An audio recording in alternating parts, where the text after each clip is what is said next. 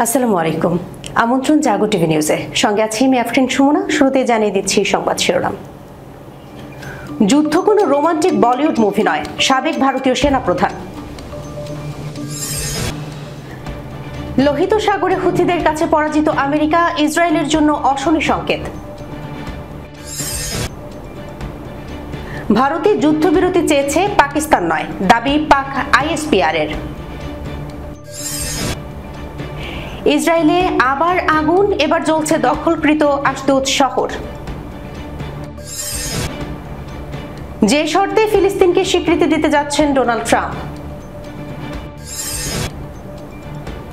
পাকিস্তানের হামলায় আহত আরেক বিএসএফ সদস্যের মৃত্যু, আরো 6 বিএসএফ সদস্যের প্রাণ যায় অবস্থা।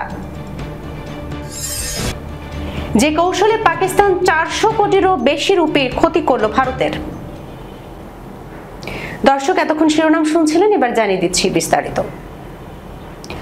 ভারত পাকিস্তান সাম্প্রতিক যুদ্ধবিরতির সমালোচনা করে যেসব ভারতীয় নাগরিক বক্তব্য দিচ্ছেন তাদের কড়া ভাষায় আক্রমণ করেছেন ভারতের সাবেক সেনাপ্রধান ও অবসরপ্রাপ্ত জেনারেল মনোজ নারাভানে। তিনি স্পষ্ট ভাষায় বলেন, যুদ্ধ কোনো রোমান্টিক ব্যাপার নয় এবং এটি বলিউড সিনেমার মতো উপভোগ্যও নয়। কিন্তু কিছু নির্বোধ ব্যক্তি অকারণে যুদ্ধের জন্য উস্কানি দিচ্ছেন, যা মোটেও সমর্থনযোগ্য নয়। বিস্তারিত সিদ্দিকুর রহমানের প্রতিবেদনে।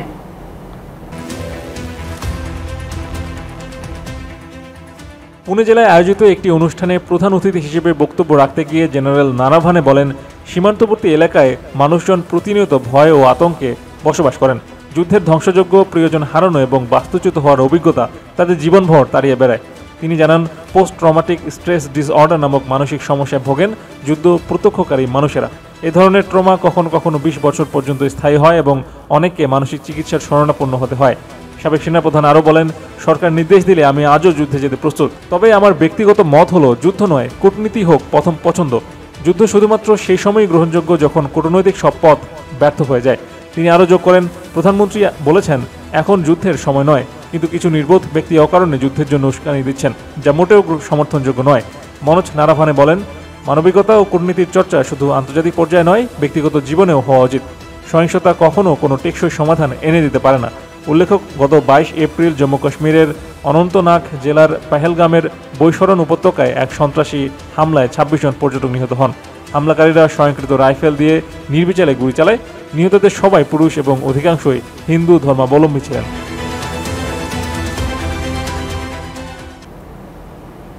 লোহিত সাগরে হুথিদের কাছে পরাজিত আমেরিকা, ইসরায়েলের জন্য অশনি সংকেত। লোহিত সাগরের উত্তাল ঢেউয়ে আজ প্রতিধ্বনিত হচ্ছে হুথি বিদ্রোহীদের শক্তি ও প্রভাব। 2023 সালের অক্টোবরে গাজায় ইসরায়েলি হামলার পর থেকেই রণমঞ্চে পরিণত হয় এই গুরুত্বপূর্ণ জলপথ। ফিলিস্তিনিদের ওপর বর্বরতার প্রতিবাদে ইয়েমেনের হুথি যোদ্ধারা গর্জে ওঠে, আর তাদের সেই প্রতিরোধ আজ বিশ্ব বাণিজ্য পথে এক অদম্য শক্তির নাম। সিদ্দিকুর রহমানের রিপোর্ট।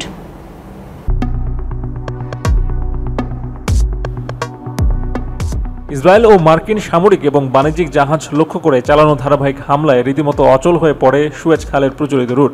হুথিদের হামলার ভয়ে শত শত জাহাজ দিক পরিবর্তন করে আফ্রিকার দক্ষিণ প্রান্ত ঘুরে দীর্ঘ এবং ব্যয়বহুল পথ বেছে নিতে বাধ্য হয়। 2 বছরের মধ্যে এইডেন উপসাগর হয়ে যাতায়াতকারী জাহাজের সংখ্যা কমেছে প্রায় 70%। এই অভূতপূর্ব কৌশলগত সাফল্য হুথিদের এনে দেয় আন্তর্জাতিক স্বীকৃতি ও আতঙ্ক মিশ্রিত প্রভাব।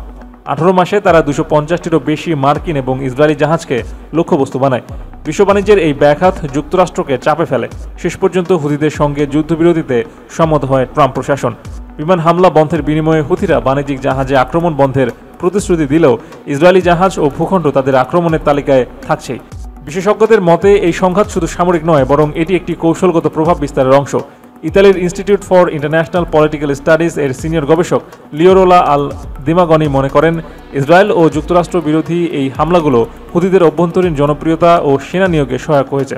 ইতালির institute for international political studies এর সিনিয়র গবেষক লিওরোলা আল দিমাগনি মনে করেন, ইসরায়েল ও যুক্তরাষ্ট্র বিরোধী এই হামলাগুলো হুথিদের অভ্যন্তরীণ জনপ্রিয়তা এবং সেনা নিয়োগে সহায়ক হয়েছে। ইয়েমেনের সানা ভিত্তিক ধর্মীয় বক্তা আব্দুল করিমের মতে, হুথিদের পথ ছিল সঠিক এবং এই প্রতিরোধ তাদের জাতীয় মর্যাদা পুনঃপ্রতিষ্ঠায় ভূমিকা রেখেছে।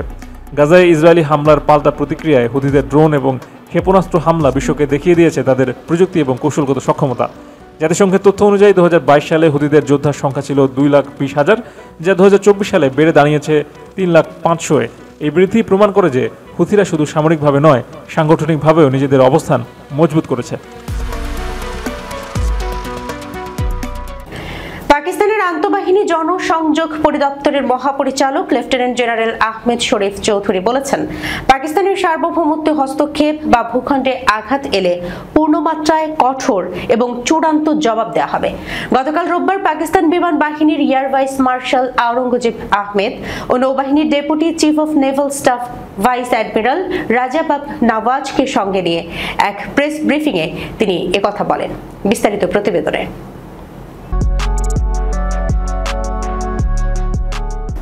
ভারতের বিরুদ্ধে পাল্টা সামরিক অভিযান বুনিয়ান মারসুদ সম্পর্কে বিস্তারিত জানার জন্য এই ব্রিফিংয়ের আয়োজন করা হয়েছিল।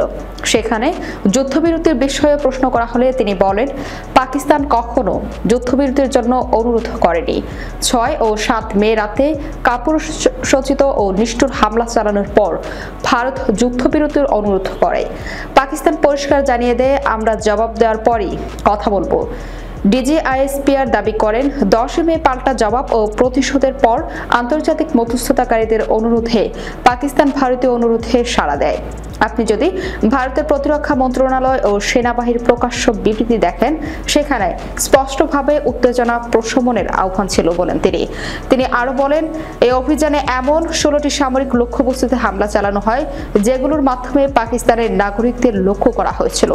ডিজিআইএসপিআর বলেন, পাক বাহিনীর লক্ষ্যবস্তুর মধ্যে ছিল সুরতগড়, সির আদমপুর, ভুজ, নালিয়া, ভাতিন্ডা, বার্নালা, হারওয়ারা, আভান্তিপুরা, শ্রীনগর, জম্মু, মামুন, আম্বালা, উদমপুর ও পাঠানকোটের মতো বিমান ঘাঁটি ও বিমান চলাচল কেন্দ্র।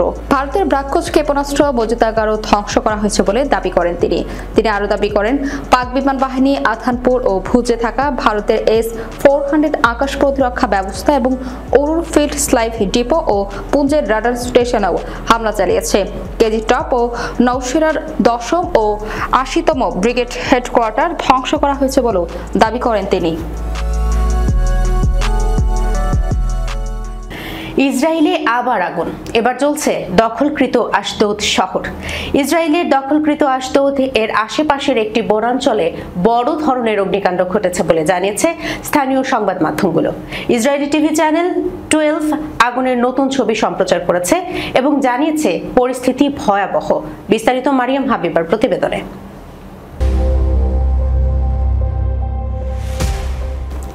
ইসরায়েলি নিউজ সাইট 040 জানিয়েছে, ভয়াবহ আগুন নিভাতে কমপক্ষে 10টি দমকল বাহিনী এবং 4টি অগ্নি নির্বাপক বিমান কাজ করছে। আগুন দ্রুত ছড়িয়ে পড়ায় আশেপাশের বাসিন্দাদের নিরাপদে সরিয়ে নেওয়া হচ্ছে। অফারাফিক এলাকায় বাড়িগুলো খালি করার নির্দেশ দেওয়া হয়েছে। কিভাবে আগুনের সূত্রপাত ঘটেছে তা এখনো নিশ্চিত হওয়া যায়নি। তবে ইসরায়েলি টিভি চ্যানেল 12 আগুনের নতুন ছবি সম্প্রচার করেছে এবং জানিয়েছে পরিস্থিতি ভয়াবহ। প্রশাসন অগ্নি নির্বাপক বিমান পাঠায়নি এবং কাজ ধীর গতিতে এগোচ্ছে। প্রবল বাতাসের কারণে আগামী সময়গুলো খুবই বিপজ্জনক এবং আগুনের কাছাকাছি এলাকাগুলো খালি করা হচ্ছে। সামাজিক যোগাযোগ মাধ্যমে ছড়িয়ে পড়া ভিডিওতে দেখা গেছে ঘন ধোঁয়ার মধ্যে মানুষ সড়কের পাশ দিয়ে হেঁটে যাচ্ছে। কয়েক ঘন্টা পরে জরুরি সেবা কর্মীরা মহাসড়কে পরিত্যক্ত অবস্থায় পড়ে থাকা সারি সারি গাড়ি তল্লাশি করে দেখিয়েছিলেন ওইসব গাড়ির মধ্যে কেউ আটকে আছেন কিনা। আশদোদ ভূমধ্যসাগর তীরবর্তী একটি বন্দর নগরী, যা 1948 সালে ফিলিস্তিনি ভূমি দখলের পর ইসরায়েলের নিয়ন্ত্রণে আসে। এই অঞ্চলে প্রাকৃতিক দুর্যোগ ও মানবসৃষ্ট অগ্নিকাণ্ডের ঘটনা প্রায়শই ঘটে থাকে। সম্প্রতি দখলকৃত ফিলিস্তিনে, বিশেষ করে জেরুজালেম ও তাবারিয়া এলাকায় বড় ধরনের অগ্নিকাণ্ডের ঘটনা ঘটেছে।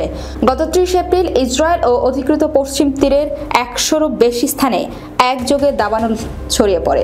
আগুন নেভাতে ইসরায়েলি সরকার পার্শ্ববর্তী দেশগুলোর সাহায্য চায়, জাতীয় জরুরি ব্যবস্থা ঘোষণা করে। গাজার ধ্বংসস্তূপে শিশু, নারী ও পুরুষের মরদেহ জমা হচ্ছে প্রতিদিন। মৃত্যুর মিছিলে নতুন নাম যুক্ত হচ্ছে, অথচ বিশ্ব যেন নির্বিকার।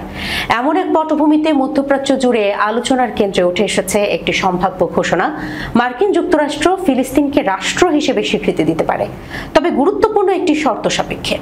মিডল ইস্ট মনিটর এবং দ্য মিডিয়া লাইন এ প্রকাশিত প্রতিবেদন অনুযায়ী নাম প্রকাশে অনিচ্ছুক এক উপসাগরীয় কূটনৈতিক সূত্র জানায়, মার্কিন প্রেসিডেন্ট ডোনাল্ড ট্রাম্প একটি ঘোষণার প্রস্তুতি নিচ্ছেন যাতে ফিলিস্তিনকে রাষ্ট্র হিসেবে স্বীকৃতি দেওয়া হবে, তবে তাতে থাকবে না হামাসের কোনো অংশগ্রহণ। এই পরিকল্পনার প্রেক্ষাপট হিসেবে উল্লেখ করা হচ্ছে মে মাসের মাঝামাঝি সৌদি আরবের রাজধানী রিয়াদে অনুষ্ঠিতব্য উপসাগরীয় মার্কিন শীর্ষ সম্মেলনকে। সম্মেলনে বাদশাহ সালমান ছাড়া সব উপসাগরীয় নেতা অংশগ্রহণ করবেন বলে জানা গেছে। বিশ্লেষণকারীদের মতে যুক্তরাষ্ট্রের এমন স্বীকৃতি ঘোষণায় মধ্যপ্রাচ্যের ভূরাজনৈতিক ভারসাম্যে বড় ধরনের পরিবর্তন আসতে পারে। সূত্রগুলো জানায়, ঘোষণার মাধ্যমে ফিলিস্তিনের একটি হামাস বিরোধী প্রশাসনকে বৈধতা দেওয়া হবে, যাতে আব্রাহাম চুক্তিতে নতুন দেশগুলোর অন্তর্ভুক্তিও সহজ হয়। এছাড়া সম্মেলনের আলোচ্য সূচিতে রয়েছে উপসাগরীয় দেশগুলোর উপর থেকে যুক্তরাষ্ট্রের শুল্ক অব্যাহতি এবং সম্ভাব্য অর্থনৈতিক চুক্তির বিষয়গুলো। তবে এই স্বীকৃতির ঘোষণা আদৌ শান্তির বার্তা নাকি মধ্যপ্রাচ্যে একটি নতুন কূটনৈতিক রণকৌশল, তা নিয়ে তৈরি হয়েছে বিভাজন।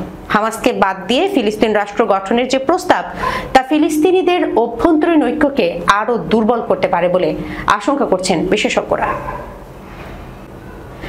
পাকিস্তানের সঙ্গে সংঘাত চলাকালীন জম্মু কাশ্মীরে গোলার আঘাতে আহত ভারতীয় সীমান্তরক্ষী বাহিনীর আরেক সদস্য মারা গেছেন। গত রোববার 11 মে মারা যান তিনি। নিহত কনস্টেবলের নাম দীপক চিঙ্গাখাম। তিনি মণিপুরের বাসিন্দা ছিলেন। সীমান্তে গোলাগুলির ঘটনায় দীপক ছাড়া আরও 6 বিএসএফ সদস্য আহত হন। সিদ্দিকুর রহমানের রিপোর্ট।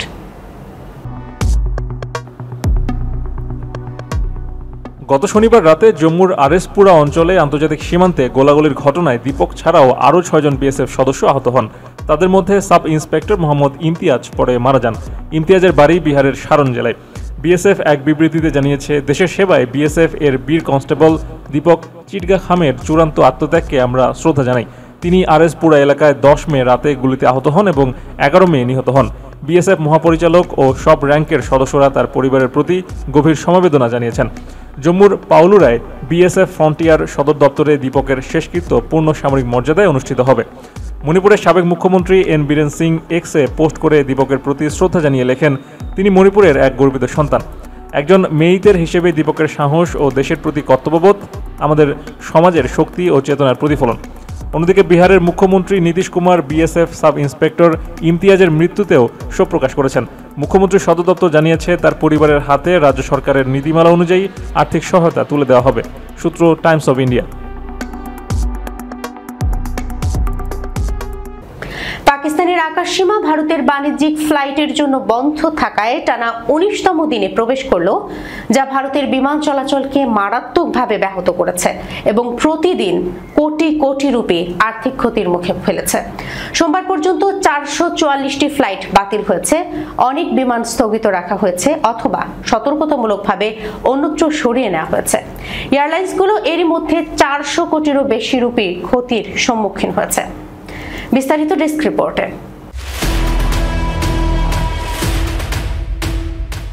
বিমান চলাচল সংশ্লিষ্ট সূত্র জানিয়েছে, গত 18 দিনে প্রায় 2000 ভারতীয় ফ্লাইট এই নিষেধাজ্ঞার কারণে বাধাগ্রস্ত হয়েছে। ফ্লাইটের রুট দীর্ঘায়িত হওয়ায় জ্বালানির ব্যবহার ও পরিচালন ব্যয় বেড়ে যাওয়ায় ভারতীয় এয়ারলাইন্সগুলো ইতিমধ্যে 400 কোটিরও বেশি রুপি ক্ষতির সম্মুখীন হয়েছে। অমৃতসর, নয়াদিল্লি, মুম্বাই এবং আহমেদাবাদ সহ বড় শহরগুলো থেকে ছেড়ে যাওয়া ফ্লাইটগুলো সবচেয়ে বেশি ক্ষতির সম্মুখীন হয়েছে। অনেক ফ্লাইটকে দীর্ঘ রুটে ঘুরিয়ে নেওয়া হয়েছে বা পুরোপুরি বাতিল করা হয়েছে। গড়ে প্রতিদিন ভারতীয় এয়ারলাইন্সগুলো কয়েক কোটি রুপি ক্ষতির সম্মুখীন হচ্ছে। ভারত পাকিস্তানের মধ্যে যুদ্ধবিরতি চুক্তি কার্যকর থাকা সত্ত্বেও ভারতের 24টি বিমানবন্দর এখনও সাময়িকভাবে বা পুরোপুরি বেসামরিক ফ্লাইটের জন্য বন্ধ রয়েছে। সোমবার পর্যন্ত 444টি ফ্লাইট বাতিল হয়েছে। অনেক বিমান স্থগিত রাখা হয়েছে অথবা সতর্কতামূলকভাবে অন্যত্র সরিয়ে নেওয়া হয়েছে। উত্তরের প্রধান বিমানবন্দরগুলো সবচেয়ে বেশি ক্ষতিগ্রস্ত হয়েছে। শ্রীনগর বিমানবন্দর গত 7 দিন ধরে বন্ধ রয়েছে। প্রতিদিন গড়ে 65টি ফ্লাইট বাতিল হচ্ছে। একইভাবে লেহ, কুশক, বকুলা, রিমপোচে বিমানবন্দর এবং জম্মু বিমানবন্দরেও সোমবার প্রতিটিতে 30টি করে ফ্লাইট বাতিল হয়েছে। এই বিমানবন্দরগুলো কোনো ফ্লাইট পরিচালনা করা হচ্ছে না এবং সব বিমান টার্মিনাল থেকে সরিয়ে নেওয়া হয়েছে। যদিও কূটনৈতিক প্রচেষ্টা পর্দার আড়ালে চলমান রয়েছে, তবুও দীর্ঘস্থায়ী এই নিষেধাজ্ঞা নিয়ে এয়ারলাইন্স ও যাত্রীদের মধ্যে উদ্বেগ বাড়ছে। শিল্প বিশ্লেষকরা দ্রুত উত্তেজনা প্রশমনে আহ্বান জানিয়েছেন, যাতে অঞ্চলটিতে স্বাভাবিক বিমান চলাচল পুনরায় চালু করা যায়।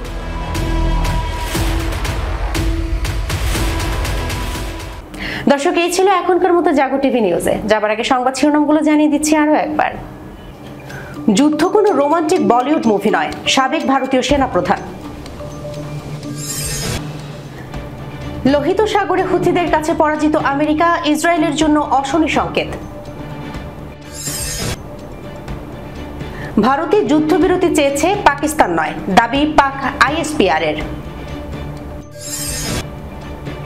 ইসরায়েলে আবার আগুন, এবার জ্বলছে দখলকৃত আশদোদ শহর। যে শর্তে ফিলিস্তিনকে স্বীকৃতি দিতে যাচ্ছেন ডোনাল্ড ট্রাম্প। পাকিস্তানের হামলায় আহত আরেক বিএসএফ সদস্যের মৃত্যু, আরো 6 বিএসএফ সদস্যের প্রাণ যায় যায় অবস্থা। যে কৌশলে পাকিস্তান 400 কোটিরও বেশি রুপির ক্ষতি করল ভারতের। এখনকার মতো এই পর্যন্ত। এতক্ষণ সঙ্গে থাকার জন্য ধন্যবাদ সবাইকে। আল্লাহ হাফেজ।